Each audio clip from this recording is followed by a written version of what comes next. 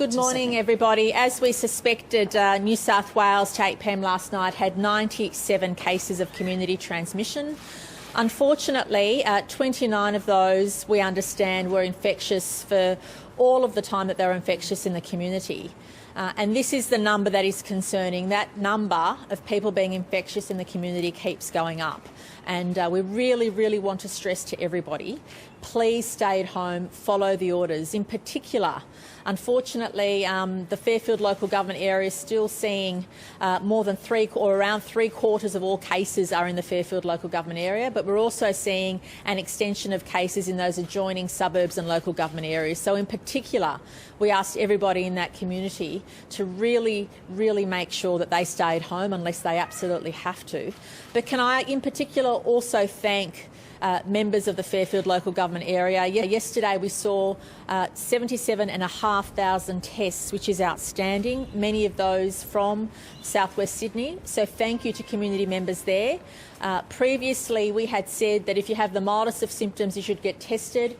Of course we're asking any people who need to work outside of the house from that local government area to also get tested every 3 days. But now we're also asking that if you have anyone in your extended family, extended social circle or workplace that has the virus, go and get tested regardless. We are seeing cases where people don't have symptoms and yet they're carrying the virus and don't know it. So if you know anybody in your extended family, in your extended social contacts, in your extended workplace arrangements that has the virus, please make sure you go and get tested. And again, yesterday's testing numbers were outstanding. 77,500 people came forward and we need to do more of that. As you know, we've increased our testing capacity throughout the Greater Sydney area, but in particular those local government areas. And there are now 24/7 test sites available. So please make sure you get that testing done. But in the main, we just need people to stop moving around. And whilst we know that southwestern Sydney has the bulk of the cases, it's really important for all of us, no matter where you live, no matter your circumstances, to stay at home, because we know how easily the virus spreads and we know how easily other communities can get that virus. On that point, Deputy Commissioner Warboys will stress the importance of people in Greater Sydney not trying to sneak out to the regions.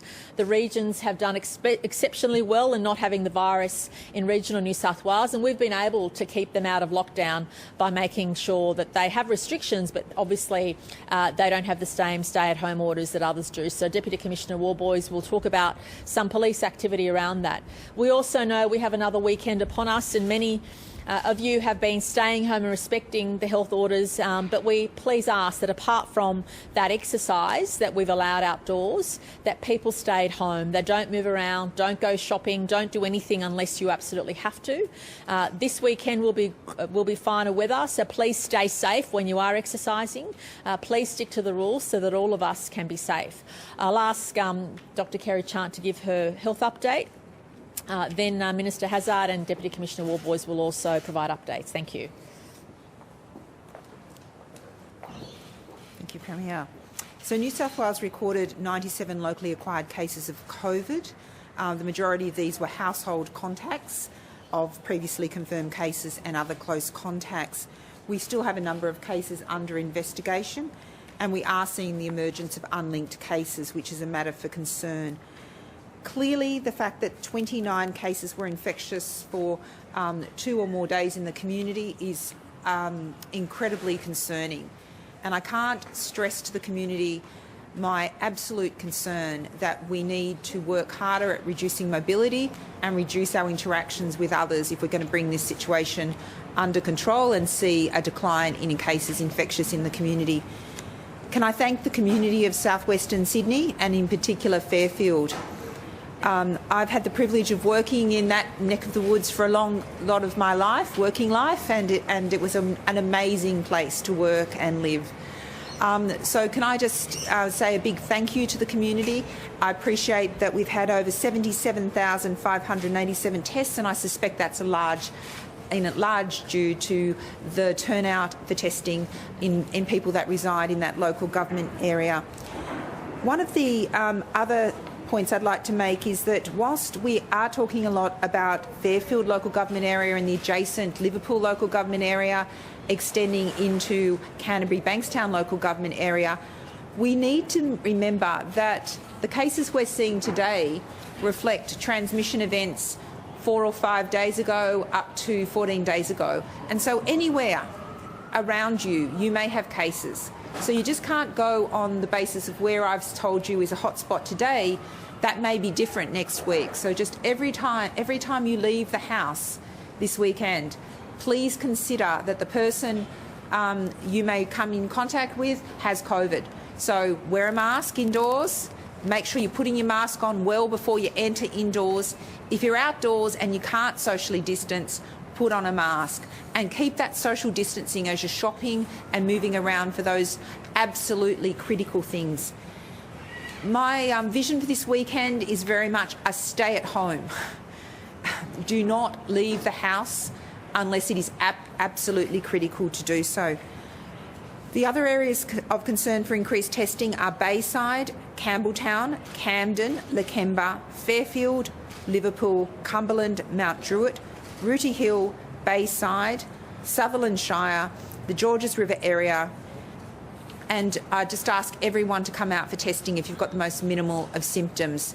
Also, we are seeing that people are sometimes delaying getting a test. So again, my message, please do not delay. This virus spreads so quickly that by the time you get tested, if you're leaving it for 2 or 3 days into that symptom onset, you've already impacted those most near and dear to you. So please get tested as soon as possible. And remember that we have also seen people go to chemist shops when they've had symptoms of COVID. Don't go to the chemist shop. Get tested, and obviously if you need health care, ring up and try and get someone from outside your household to pick up any scripts or any other critical medications for you and drop it off in a no-touch environment. In terms of COVID cases in hospital, we have currently 75 COVID cases admitted to hospital, with 18 people in intensive care, 5 of whom require ventilation. We've got 30 people admitted to the hospital at the moment with COVID, are under the age of 55, and of those, 11 are under the age of 35. We have 19 people in ICU, 1 in their 20s, 1 in their 30s, 2 in their 40s, 5 in their 50s, 5 in their 60s, and 3 in their 70s, and 1 in their 80s. And of the 17 people in intensive care, only 1 has received 1 dose of the AstraZeneca vaccine. Thank you. Thank you, Dr. Chant, Minister, Premier. Good morning. 164 infringement notices issued in the last 24 hours, over 200 warnings and advice given to people about breaching the public health orders or getting close to breaching the public health orders, to make sure they're aware of their obligations and their commitments. What I'd like to highlight today, though, is the 3 focuses that I see New South Wales Police will take over the next 72 hours from here on through to Monday. We've spoken a lot about people moving outside of Greater Sydney and trying to disguise that in some sort of business trip when it's really a holiday, trying to provide police with excuses as to why they're found outside of Greater Sydney and they have a caravan that they're towing or camping gear with them. Every single day, senior police from North Region, Southern Region and Western Region meet and discuss the tactics that police will use, the taskings that police will use. They review the last 24 hours, and be rest assured they come up always with the same strategies, and that is about enforcing the major arterial roads out of the Greater Sydney area, making sure they're visible at regional airports, making sure police meet buses and trains that come out of Sydney, but also linking that with our Police Transport Command in and around Central and our police at the domestic terminal.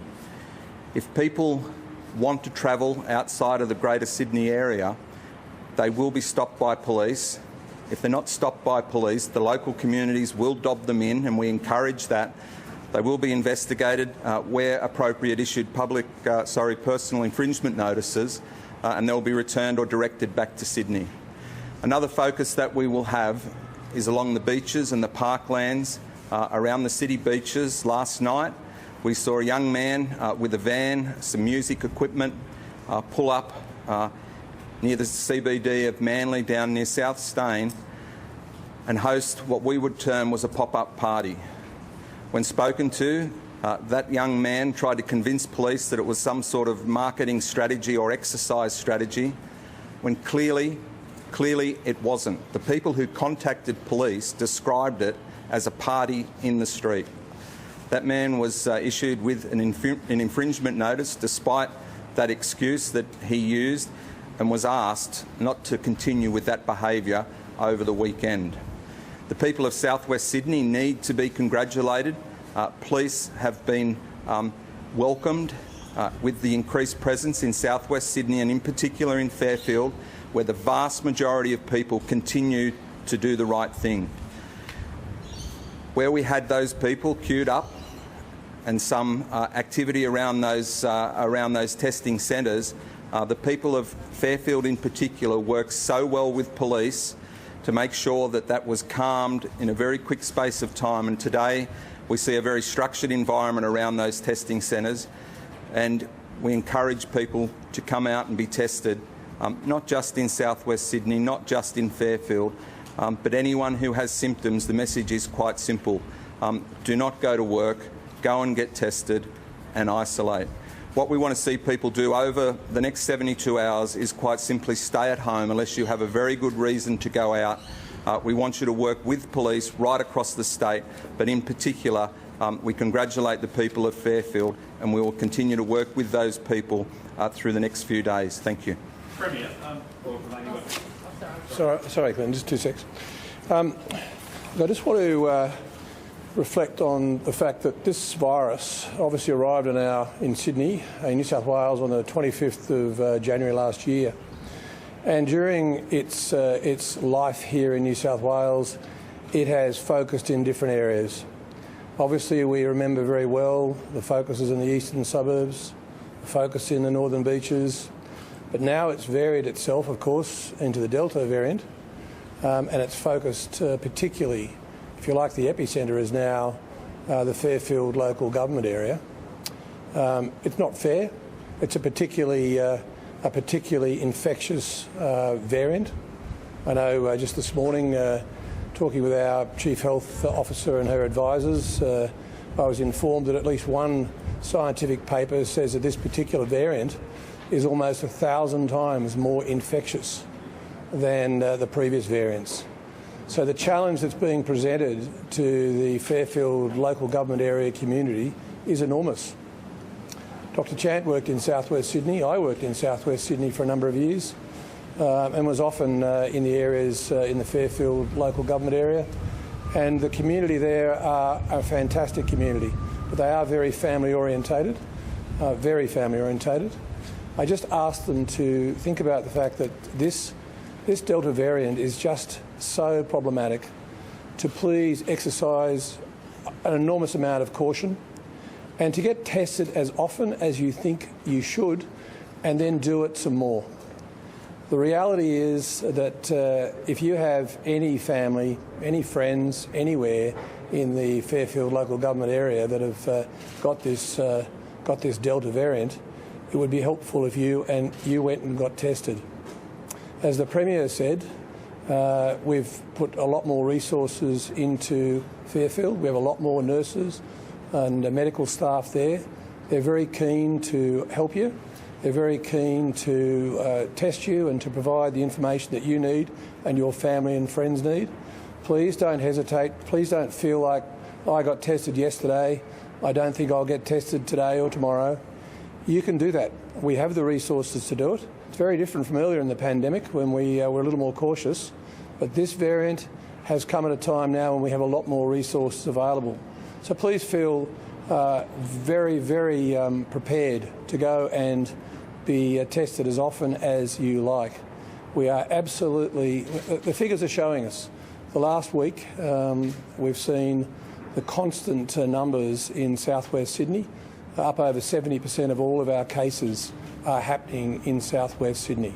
So that's where we need to be supportive, but we also need you, each and every one of you, who are a representative of an amazing and fantastic community who are doing such good work, to just be prepared to get tested as often as is possible for you. Don't hesitate. Thank you. Did you make the Queensland Health Minister now referring to this as the Sydney Delta? Oh, look, I think it doesn't pay to be silly about this. I think the reality is that this is a virus that has spread across the world. It's killed more than 600,000 Americans, more than 4 million people. It's better that we respect the danger of the virus and not be drawn into those sorts of comparisons. I'm sorry if that's what's been said, but it's certainly not something that I, or I'm sure that anybody in New South Wales would be saying. It's a dangerous, dangerous variant, and it's there after all of us. We all need to take care. Mr Latham this week expressed concern that judgment yourself and the Premier and Dr Chan may be compromised because of fatigue that you naturally be under. He suggested perhaps we need some fresh eyes, that perhaps you, Premier, should take a break. I'm sorry, who suggested it? Mr Latham. All right, yeah. Is there room for you? Look, I haven't actually taken take a break? I haven't taken an awful lot of notice of what Mr Latham has said when he swapped for various political parties and is an authority in all matters. But could I say this? I'd like to say that everyone in New South Wales, I think, is tired after 18 months of this horrible virus. I particularly want to acknowledge our health staff. Sorry, just let me finish, please. What did you say? Clinton, our health staff at the front line are making decisions every day, life and death decisions. And they're tired, but you know what? They're all very professional and we're all doing our job and we'll continue to do our job and we're very committed to doing our job. But our essential job is to make sure the community are with us on this journey, and we're working very hard. We work very hard to keep them safe, and they are working very hard. So I think that's what's important. I won't get drawn on Mr Latham or the Queensland or anybody else. We'll just keep working. Thanks very much. Should you actually take a break, take a month off? As I said, we're all working to do what we need to do, and we'll continue to do that. But I think we know what our capacities are, and we're very keen to keep working and to look after the community. I think the community know that too. Thank you. Sorry, if I could just ask quickly. We're not seeing a movement in the right direction with the numbers yet. Are you concerned that the current restrictions you have in Sydney right now are going to contain this outbreak, and why aren't we changing tack if it's not working? Look, there's no doubt that the numbers aren't where we'd like them. I'm assuming because we had in the last 24 hours at least 29 of those 97 cases infectious in the community, that the numbers tomorrow will be greater than what we've seen today. Please know that every day on an hourly basis we receive ongoing reviews, or we make sure we review all the time the settings we have in place. If we need to go harder, of course we will. But we need to make sure that any measures that are put in place are going to hit the mark, are going to do the job we need them to do. Please know we review that every day. We've never, ever been afraid of taking those difficult decisions to keep our community safe, and we won't hesitate to do that even further. What are the harder options for now? Well, this is again will be based on the health advice, but we know where the virus is concentrated. We know the type of situations where it's being transmitted. But the challenge we have is, as Dr Chant said, what we're seeing today can be a reflection of what's occurred 2 weeks ago. So the data we've collected to date will give us good advice, good information on what we need to do. But please know, and can I make this send this really strong message to the people of our state, that we will not hesitate to take any decision we need to make sure those numbers go down. And those settings are reviewed on an ongoing basis, and the government will take action when we need to. How close are we wearing masks being mandatory outdoors? How close are we? Well, look, again, what we need to do, what New South Wales has done is base our settings on the advice we've been given. And to date, We don't know of anybody who's transmitted or received or transmitted the virus whilst they're exercising, for example. However, we do know transmission has occurred in workplaces, and obviously we know that the greatest number of transmissions are at the moment in households. So households and workplaces are where the transmission's occurring. But some of those workplaces are in health settings, in pharmacies, in supermarkets. Any cases in those small retail? Well, obviously, as I've said, the vast majority of the cases. Have you seen any number of I'll ask stores, boutiques? I'll ask Dr. Chant to answer that. So the sorry, and could I just actually say with the very clear health advice is that you have to wear masks outdoors when you can't socially distance. I'm really pleased to see the vast majority of you wearing masks, and that's what we absolutely need to do. To reinforce it again, if you're going up to takeaway, even if that's open out to the outdoors, you need to wear masks because you know you're not going to be able to control the movements of an individual. You can come into proximity, there can be crowding.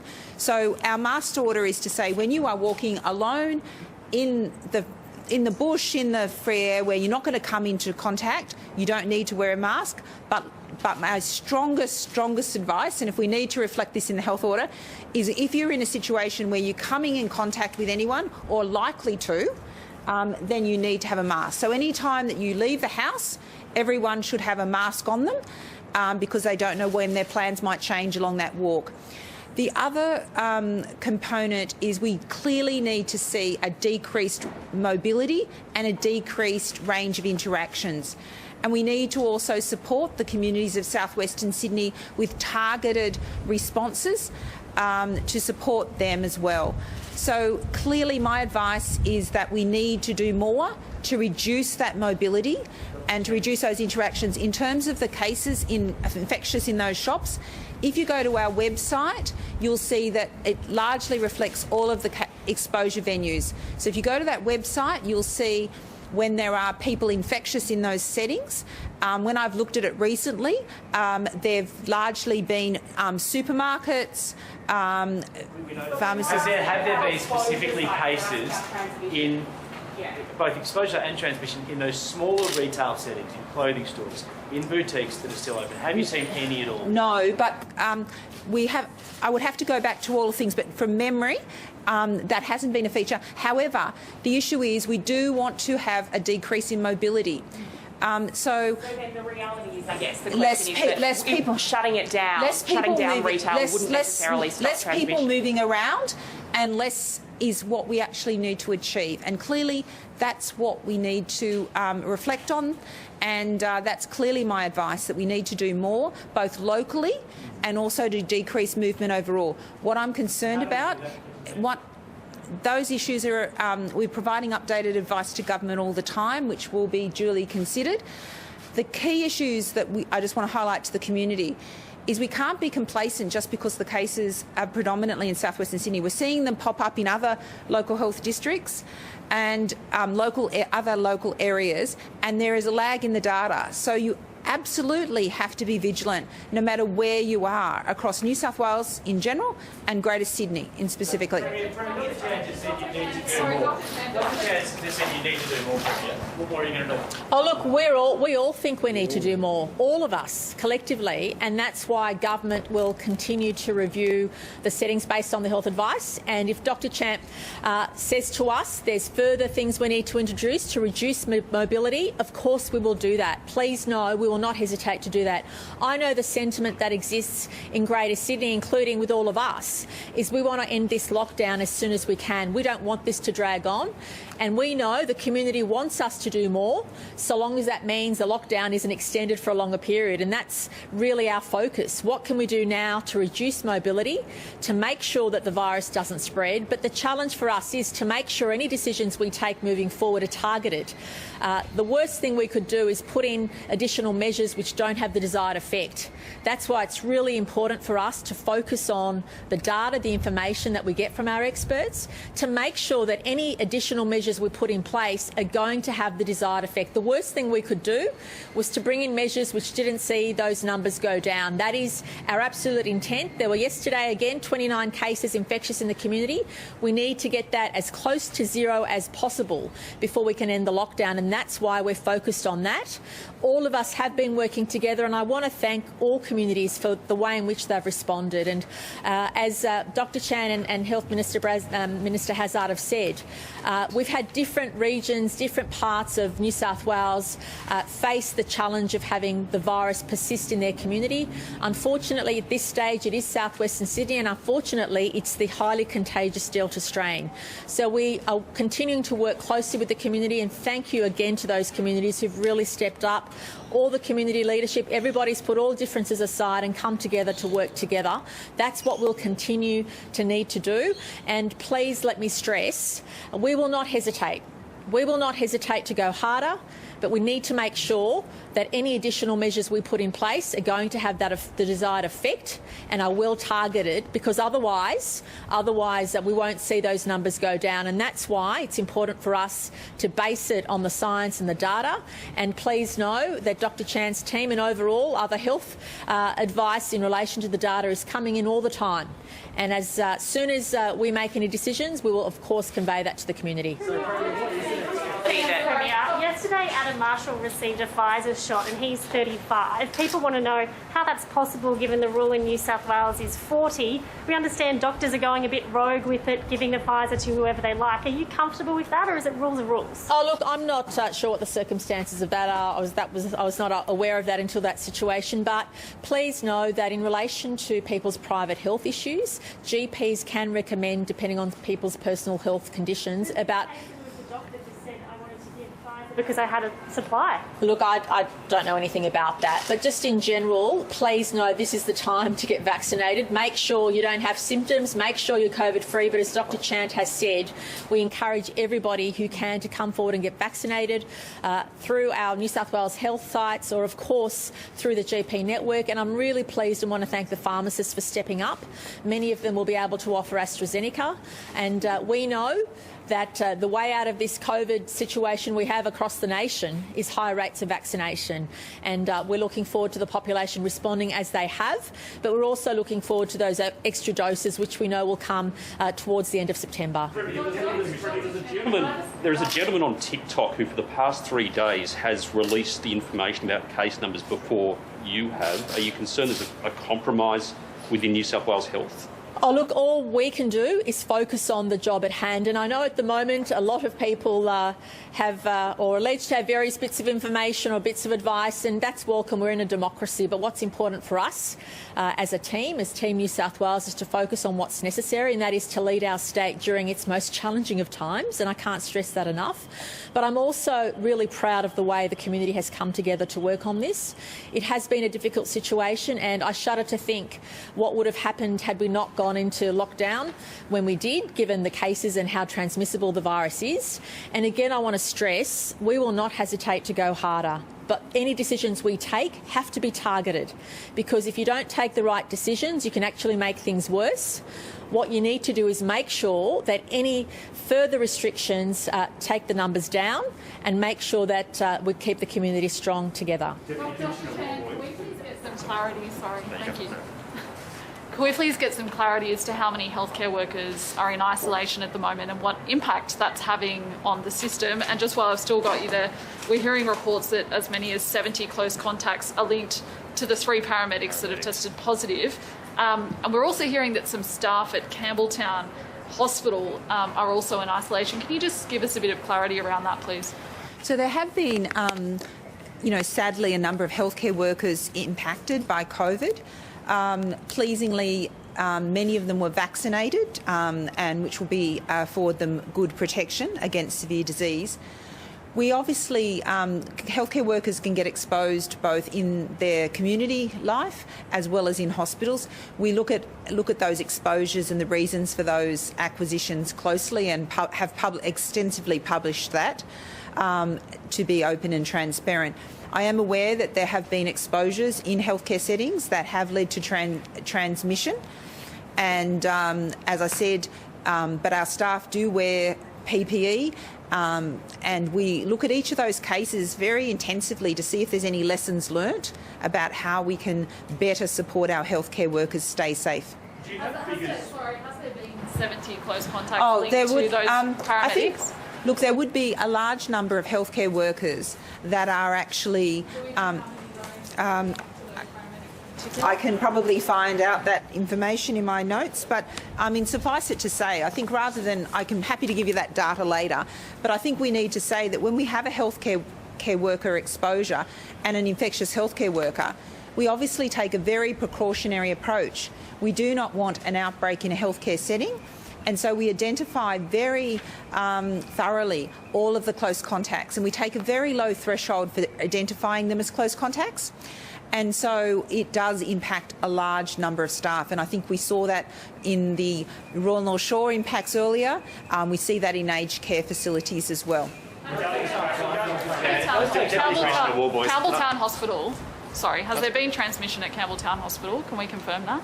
I'll have to get the information about how the healthcare worker there acquired the infection, or whether they were just exposed to a positive case. Because again, if there's a positive case there, then they're contacts, not necessarily cases.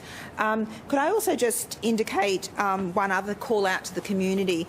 I mentioned this yesterday, but I really particularly want to mention it again because we want to make sure that we can rapidly assess all of these individuals and prevent any further transmission in the community. So I mentioned that there was a work site at Belfrog Street in Greenacre called Hanson Concrete, Australia. There are 4 cases associated with this workplace, which is located next to D&M Ashfield, which has 9 cases associated with it. And just to highlight that because this exposure has been going on potentially from Thursday the 1st of July to Wednesday the 14th of July, we're also concerned that workers may have then passed it on to their households. So our immediate advice is anyone who worked at Hanson's and anyone who received a delivery from Hanson's, you and your household or other close contacts should immediately isolate and get tested because what we're concerned about is ring fencing those rings of transmission. Sorry. Are you able to clarify and confirm whether a family member of a senior member of the New South Wales Cabinet has been fined for breaching travel restrictions?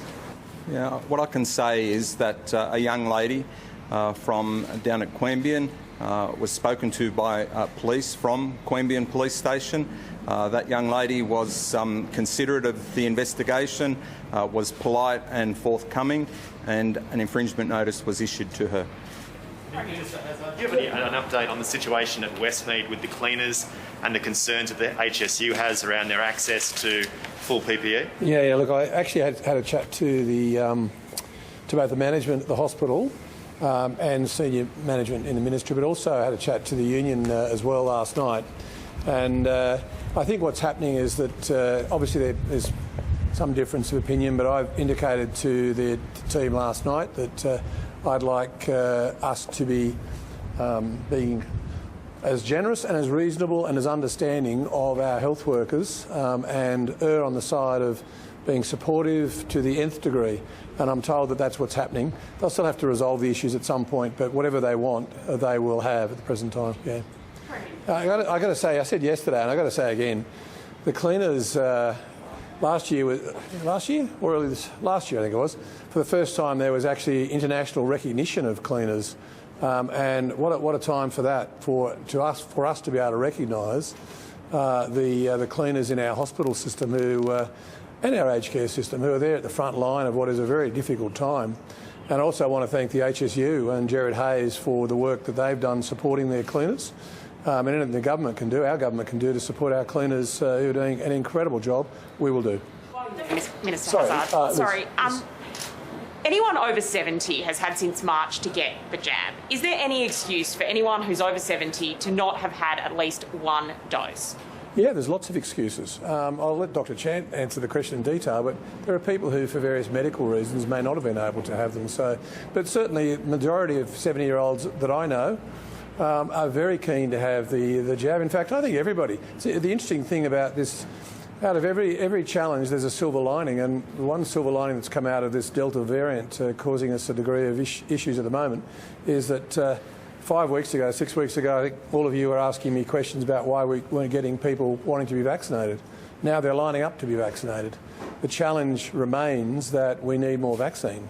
And I know I've said before the federal government did their best to try and get opportunities for vaccines much earlier on, but obviously it's taking a while to get them because the whole world's fighting over getting vaccine. But I don't think there's the same reluctance anymore, and I think by far the majority of 70-year-olds are very keen to get vaccinated, but I'd say almost everybody's keen to get vaccinated. But Dr. Chen, do you want to add anything to that? Just again to reiterate the message about getting vaccinated, there are a limited number of there are a limited number of reasons why an individual is advised not to, but that's actually a very small number of reasons. So I would urge everyone over 70, everyone over 60, everyone to consider the AstraZeneca vaccine and to take any opportunity to get vaccinated. As the Minister said, it is essential for us to live somewhat normally with this Delta virus and any other variant that we might get thrown at, that we are going to have to be highly vaccinated as a population, and also we're going to have to live with booster shots and get used to that as the normal. Thank you. Kerry. Of the Pfizer vaccine for Indigenous communities in New South Wales. There's been some concerns voiced that jabs aren't getting out to some of these more vulnerable populations. What is the plan for people who live in those areas? I'll get Dr. Charnel, Health Minister, to respond. But as you know, our Indigenous communities are especially vulnerable, and they were included in the first stage of the rollout. But I'll ask Dr. Chant. Yep. Look, it's been very pleasing that the Commonwealth Government has worked very closely with the Aboriginal community controlled, and New South Wales Health has also been engaging with the Aboriginal community controlled and looking at opportunities for rolling out vaccine through those services. Obviously, Aboriginal people access vaccines through a variety of different access points, and we would encourage everyone to go and on the eligibility checker and see if you can access the vaccine. But there is a lot of local work also to map where there are vulnerable communities, where there might be need to be in-reach models because of lack of workforce or access to primary care in those settings, including Aboriginal community controlled. There's been some who live in those communities that people aren't able to keep up with the demand. There needs to be more resources. What are your thoughts on that? Clearly we understand that healthcare is sometimes more challenging to access in remote and regional areas, and that's why we probably need to supplement those healthcare services by in-reach and mobile services that we go in and vaccinate a whole regional community. But all of those things are being extensively planned for. The current issue is largely that we don't have sufficient supplies of vaccine to meet the demand, but clearly we recognise the vulnerability of those communities and have it certainly front and centre as a priority for us. Incursion into a nursing home of the virus. Do you take any solace in the fact that they're 90% vaccinated? The last time we saw a nursing home, incursion, there wasn't a catastrophic outbreak. The vaccine actually works in the nursing homes. Can I just say first of all, every time there is a case that's infectious in a nursing home, it does send a shiver down my spine. I think we're all very aware of the vulnerability of residents in aged care facilities. But what it's pleasing to see is that in a highly vaccinated resident population, we haven't seen the outbreaks grow, and we're only just having the experience, but I think that's also mirrored in the experience in Melbourne as well. So that gives me great comfort, and it also does urge me to remind aged care workers that we're very keen for you to be vaccinated, because it's even greater protection if both the aged care workers and the residents are vaccinated. It reduces again the risk of transmission in that most vulnerable of settings. GPs have so that they don't waste any of their vaccine vials by the end of the week. Should they be putting under 40s on that list for Pfizer? I know you've said before it's a federal government thing, but they're asking for your advice. So in terms of the Pfizer eligibility, there's a range of eligibility which addresses two sort of issues. One is underlying health conditions and age, but then there's also the nature of the workforce. So, for instance, if you're an aged care worker who's 21, then obviously you'll get Pfizer. So there's two different issues. There's age cut-offs for the vaccine, but also special groups that we want to vaccinate, usually to protect the most vulnerable, such as aged care or quarantine workers. Are you able to categorically rule out that there was no health advice to Price's cabinet to lock down earlier than was ultimately agreed to? I can confirm that we provided the advice promptly around the lockdown when we saw that there were cases, unrecognised change of transmission in the community, and we realised that there was that extensive chain that was unrecognised that led us more broadly.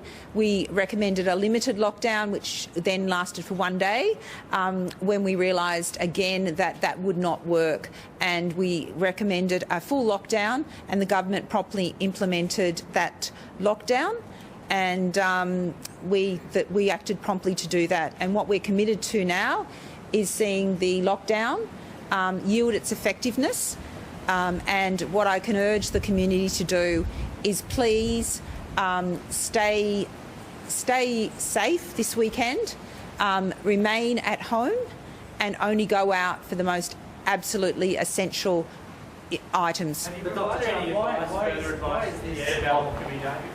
advice yet about what further could be done, given just a moment ago you said more should be done? Well, what I'm indicating is that I'm not pleased at the level of infections in the community, that we're not seeing that downturn, that we know that transmission appears to be ongoing. We need to interrupt the cycle, and that our mobility and other interactions are the basis for some of that, those cases.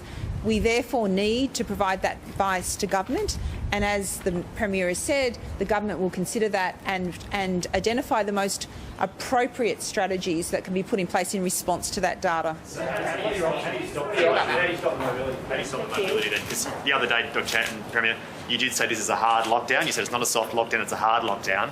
Considering those comments, how do you stop the mobility? Well, that's why it's important for us to rely on the health data, which is telling us where the greatest rates of transmission are, and to make sure that any further restrictions really have the desired effect of getting down those numbers, especially the number of people that are presenting with the virus still in the community, and that is the challenge for us. But please know that every time Dr. Chant gives us proposals, we act within hours, as we did. That is really important for the community to know. New South Wales, to this point in time, has fared extremely well because we've relied on that expert health advice, and we will continue that. And I want the people of our great state to know that we will take whatever decision is required to have this lockdown go for as short a period of time as possible, and I want to make that very clear. But nothing more that you can do right now to make that happen. Well, obviously, if we have any concrete proposals which Dr. Chant and her team will present to us, we will take action in relation to that, and I want to make that very clear. And Dr. Chant has been saying for a number of days, as have I, that we are wanting that mobility to go down. We just need less movement, no matter where you are. Obviously, we know where the concentration of cases are. But what we do need is people just to stay at home, not leave unless they absolutely have to. And of course, if there's further things we need to do, we will, and we'll act on those quickly. Why not put that in place? Well, we also have to make sure that in New South Wales we take decisions that are going to have the desired effect of getting those numbers down, because I think the public would appreciate that any decision we take has to have that desired effect, and that's why we need to base it on the data. And as soon as we have concrete proposals on how we can further reduce those numbers, those restrictions, those issues which are still causing, in the last 24 hours, 29 people to have been infectious in the community for at least 2 days, that's what we need to target. And it's really, really important for us to continue to base our decisions on information, on data and the expert health advice. Science is showing that it's not spreading in retail settings. The only retail, it's not spreading in shops. So wouldn't shutting down retail just be pointless and cost jobs? Well, that's the point. We need to make sure that firstly our priority is to keep the community safe. Can I please stress that? We go through various cycles of the pandemic. Our number one priority at the moment is keeping our citizens safe from the virus and making sure the virus doesn't spread.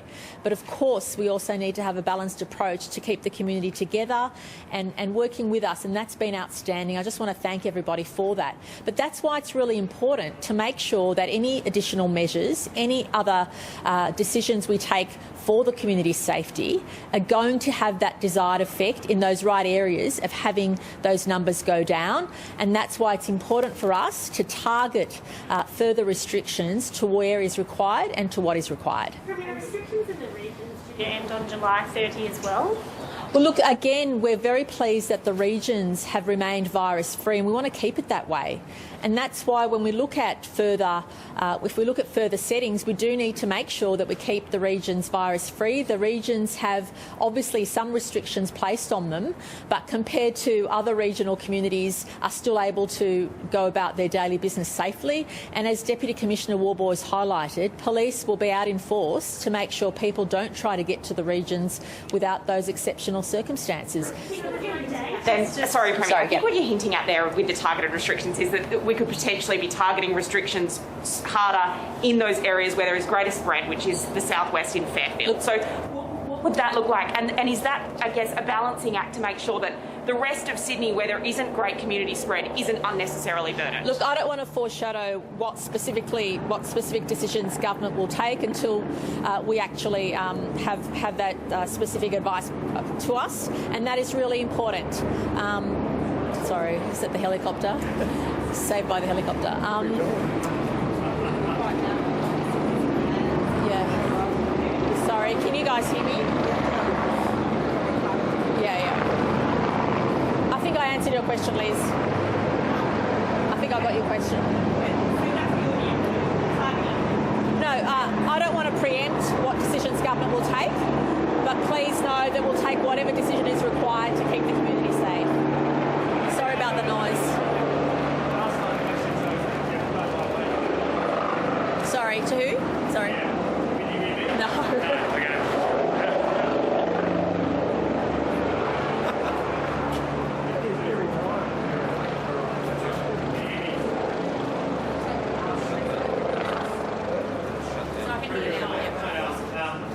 As it stands now, New South Wales Parliament is due to sit the week after the lockdown is lifting, the lower house. Some regional MPs don't want to go back to Parliament, wanted to go virtually, but the message keeps coming back that your office is resistant to Parliament sitting virtually. Why is your office resistant of that? I'm not sure what the question's about, I'm sorry. Okay, sorry. What's the urgency? I didn't get that point. As it stands currently, New South Wales Parliament is due to sit the week after the lockdown ends, first week of August. Some MPs, specific regional, don't want to come to Sydney. They want it to sit virtually. However, the message keeps coming back that your office is resistant to Parliament sitting virtually. Is that the case? Oh, look, I haven't had any specific proposals put to me about Parliament, and to be honest, that's the least of our worries at this point in time. What is important to us is keeping our community safe and making sure the virus doesn't spread further. But also, as Dr. Chant keeps saying, can we please issue a special warning for people not to increase their mobility over the weekend? We actually need mobility decreased. We actually need less movement. We actually need less people setting foot outside their homes. We know it's a very difficult period, but we just ask everybody to stick with the rules. Premier, as you just said there, your main message throughout this whole time. I'm sorry, I can't hear you. As you just said there, your main message is for people to stay home. Surely if we close retail outlets like luxury handbag stores and places where you can go and buy shoes, which still remain open, these retail settings, it won't give people an incentive to go out, so that movement will reduce. Well, why is it not being Now, closed? as I've said, we need to make sure that any decisions we take will have the desired effect of reducing those numbers, and that's why we have to focus on the data. What the science is telling us and what the health experts are telling us is creating those extra cases of transmission and those extra numbers of people who are infectious in the community, and that's what we need to focus on. Dr. Chan, a 34-year-old man who's had 2 doses of both Pfizer and AstraZeneca gained the system somehow. Do you know how that's happened? Are you aware of that case? Sorry? Are you aware of that case? And do you know how something like that could happen? That he had 2 doses Of of... both vaccines. 2 doses of... Pfizer and AstraZeneca. Age 34. Okay. How old is he? 34. Okay.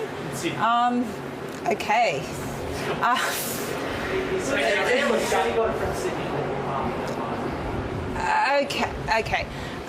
So clearly the issue is that in our mass vaccination clinics, we do rely on people to know, to read the information, and I think everyone would be clear that for both vaccines, you only need one of the vaccines and 2 doses.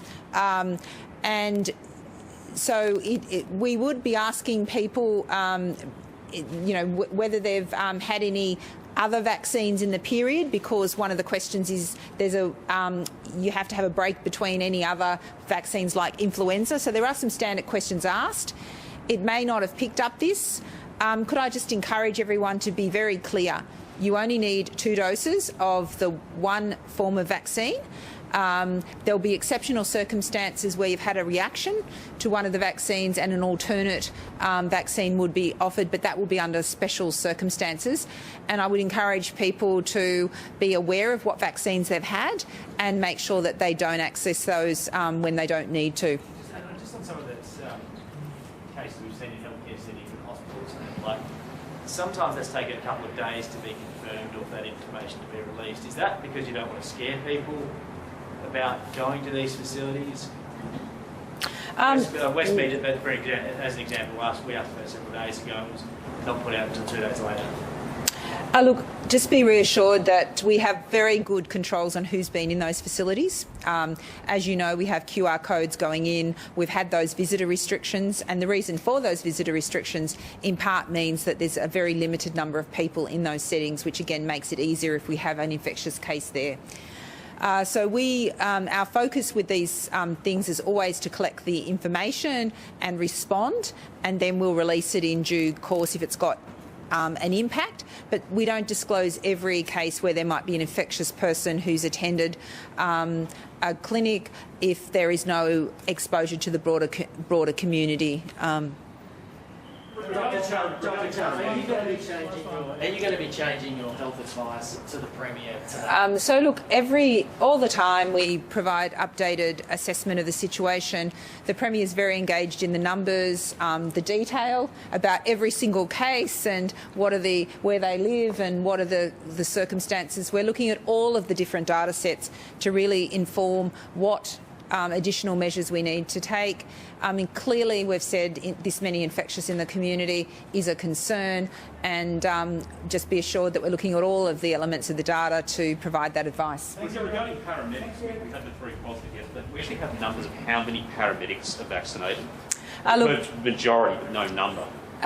Look, I'm not aware of that. Obviously, there's paramedics that come in and out of the system, and so those numbers sometimes can be at a fixed point in time.